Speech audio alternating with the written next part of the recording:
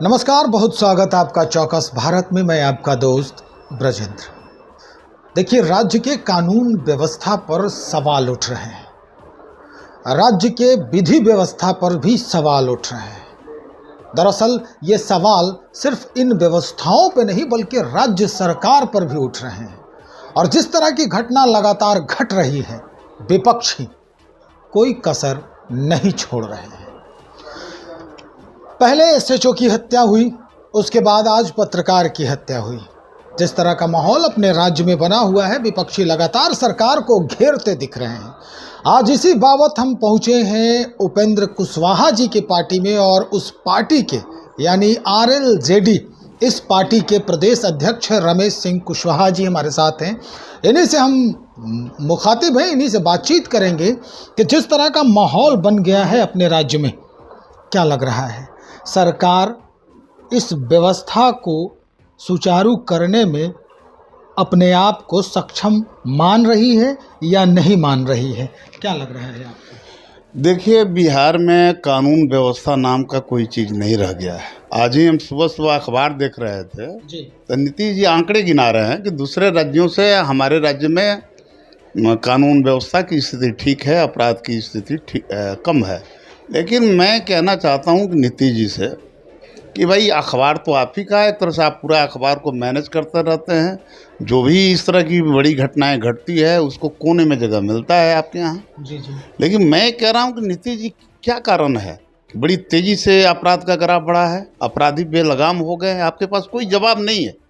आपको बिहार से कोई मतलब भी नहीं रह गया है। आप देश का चक्कर लगा रहे हैं, कभी मुंबई जा रहे हैं, कभी दूसरे राज्यों में जा रहे हैं। दे दीजिए जवाबदेही दूसरे को, ताकि वहाँ के लॉ एंड ऑर्डर की स्थिति को ठीक करे, उसको संभाले। ये मैं कह रहा हूँ कि नीतीश जी के मुंह से ये बात शोभा नहीं देती है कि वो कहते हैं कि कानून व्यवस्था ठीक है। कल ही जो है, एक दो दिन पहले वहाँ हत्या हुई है समस्तीपुर में, वहाँ के थाना प्रभारी की, और आज ही एक पत्रकार की हत्या हो गई, और कह रहे हैं कि कानून व्यवस्था की स्थिति ठीक है। जब जिस व्यक्ति को, जिस विभाग को कानून को लागू करना है, इम्प्लीमेंट करवाना है, जिसको लॉ एंड ऑर्डर ठीक करना, उसी की हत्या, वही सुरक्षित नहीं है, तो वहाँ आम नागरिक की बात कौन पूछे? पत्रकार की हत्या तो हो ही गई जी। लेकिन जहाँ दरोगा की हत्या हो जा रही हो, वहाँ पत्रकार की क्या गिनती है? मैं कह रहा हूँ कि नीतीश जी को मैंने बहुत बेशर्मी से भरा बयान है इनका आज का बयान। अरे, वो कहते हैं कि भाई हम लॉ एंड ऑर्डर को ठीक करेंगे, वो दुरुस्त करेंगे इस व्यवस्था को।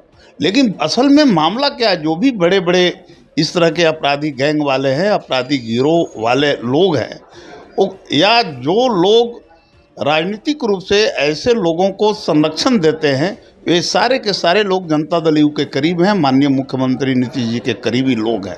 लेकिन वो तो कहते हैं हमेशा नीतीश कुमार जी कि ना हम किसी को फंसाते हैं ना किसी को बचाते हैं। देखिए, नीतीश जी की एक मुहावरेबाजी है। अच्छा, ठीक है, ये मुहावरा बोलते रहते हैं कि ना हम फंसाते हैं ना किसी को बचाते हैं। ज़रूरत के अनुसार वो बचाते भी हैं, ज़रूरत के अनुसार फंसाते भी हैं। हम कह रहे हैं कि बचाना फंसाना वो अलग की बात है। भाई, घटनाएं तो घट रही है ना, गृह विभाग आप ही की जिम्मे है, आप इसको ठीक क्यों नहीं करते? आप तो भाई डीजीपी लाए हैं ना भट्टी साहब को, आप सख्त निर्देश क्यों नहीं देते कि अपराधियों को जेल की सलाखों में बंद करें? बिल्कुल। हम ये कह रहे हैं, क्यों हो रहा है इस तरह की बड़ी बड़ी घटनाएं? जहाँ पत्रकार सुरक्षित नहीं हो, जहाँ का थाना प्रभारी सुरक्षित नहीं हो, वहाँ आम आदमी कैसे सुरक्षित रह सकता है? आप ही बताइए। कई तरह की बातें सामने आ रही है, विपक्षी तो घेर रहे हैं, अब आप भी विपक्ष में हैं। जब आप पक्ष में थे, नीतीश कुमार जी के साथ थे, कदम से कदम मिलाकर चल रहे थे, उस वक्त भी छोटी मोटी घटनाएं हो जाया करती थी जब एनडीए के साथ थे नीतीश कुमार। लेकिन ये आरोप है कि जब से आरजेडी के साथ इनका गठबंधन हुआ है, जब से ये कदम से कदम मिला रहे हैं, तब से ये घटनाएं, आपराधिक घटनाएं जो हैं, वो उसमें निरंतर वृद्धि हो रही है। देखिए, छोटी मोटी घटनाएं तो कोई भी सरकार होगी तो कुछ ना कुछ होती रहेगी, वो अलग की बात है। जी जी जी। लेकिन जिस तरह से अपराधी बेलगाम हो गए हैं, ये बेलगाम नहीं रह पाएंगे। नीतीश जी जब से पाला बदले हैं, तब से ही घटनाओं में इजाफा हुआ है, इसमें वृद्धि हुई है, और नीतीश जी इसको रोक नहीं पा रहे हैं। और नीतीश जी को चाहिए कि अब इस्तीफा दें, और वो कहिए रहे हैं कि भाई हम केंद्र की राजनीति की शुरुआत की, तो करें ना भाई, कौन उनको रोक रहा है?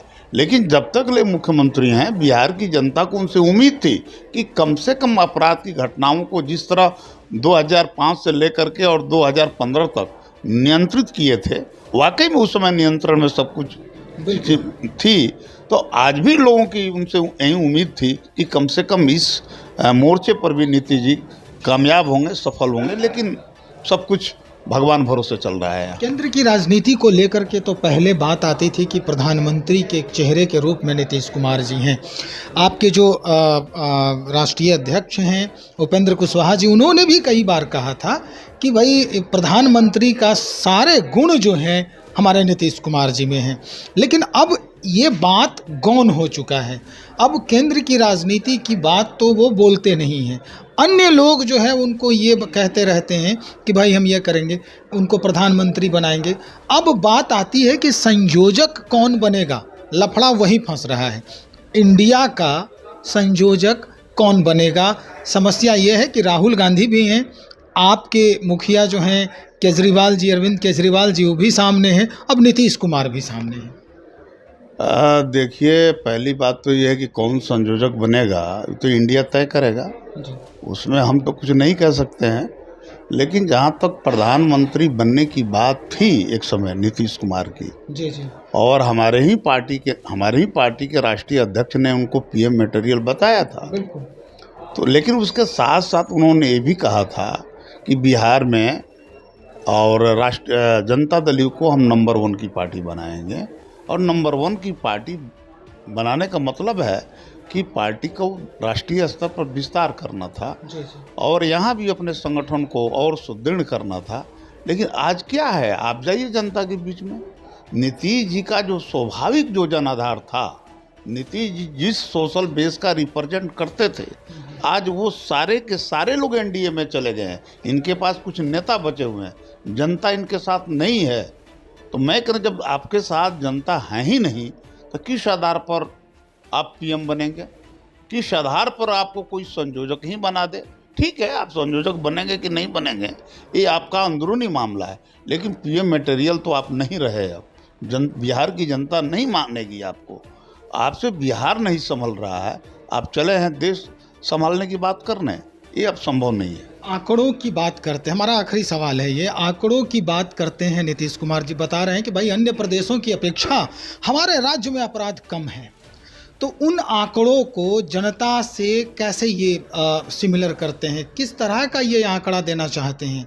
जनता, आप कह रहे हैं कि जनता अब तवज्जो नहीं देती है नीतीश कुमार जी को, ये कह रहे हैं कि भाई हमारे पास इतने आंकड़े हैं, तो निश्चित तौर पे जनता का भी तो आंकड़ा इनके पास है, क्योंकि सोशल इंजीनियरिंग में ये महारत हासिल किए हुए हैं पहले से ही, जैसा कि लोग कहते हैं। तो वो इंजीनियरिंग काम नहीं करेगा? देखिए, हर आदमी कुछ समय के बाद जो है ना, कोई चीज़ बढ़ता है, उसके बाद जब प्लेटो पर पहुंचता है तो गिरना शुरू करता है। तो नीतीश जी भी अपने प्लेटो पर जहां पहुंचना था पहुंच गए हैं। अब उससे आगे की बात ही सोच रहे हैं, ये संभव नहीं है। उनको अब नीचे जाना है और बिहार की जनता उनको आने वाले दिनों में सीएम भी नहीं मानेगी, पीएम तो बहुत दूर की बात है। और आप जाएं गाँवों में, अब जो उनका सोशल बेस था अति पिछड़ा लौकू समाज, कि आज उनके साथ लौकू समाज है? नहीं है आज के तारीख में, क्योंकि वो जहां ले जाना चाहते थे इस समाज को, वो समाज वहां नहीं जाएगा। वो समाज जिस गठबंधन में आज हैं, वो उस गठबंधन के साथ अपने आप को स्वाभाविक महसूस नहीं करता है।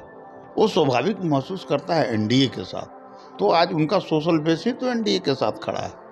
इसलिए अब वो सपना छोड़ दें नीतीश जी, बहुत हुआ, बहुत लंबे समय तक बिहार में राज किए, अब आगे नहीं कर पाएंगे। चलिए सर, बहुत शुक्रिया जानकारी देने के लिए। हमारे साथ प्रदेश अध्यक्ष हैं आरएलजेडी के रमेश सिंह कुशवाहा जी।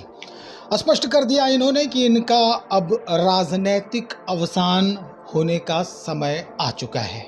इन्होंने ये भी कहा कि जो बेस था इनका सोशल इंजीनियरिंग का, वो अब अपना आधार बदल चुका है। चूंकि वो वही खड़ा है, ये पलटी मारते रहे, लेकिन इनका जो सोशल आधार है वो इनके साथ पलटने में नाकाम रही। उनके विचार इनसे नहीं मिल पाए, जिसके वजह से ही अब नीतीश कुमार का राजनीतिक कैरियर डमाडोल हो सकता है।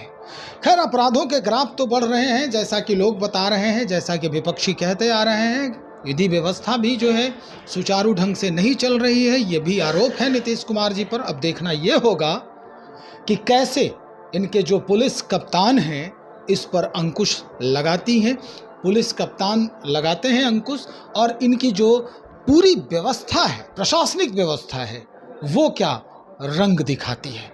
तब तक हम भी इंतज़ार करेंगे। बने रहें हमारे साथ। बहुत शुक्रिया आपका।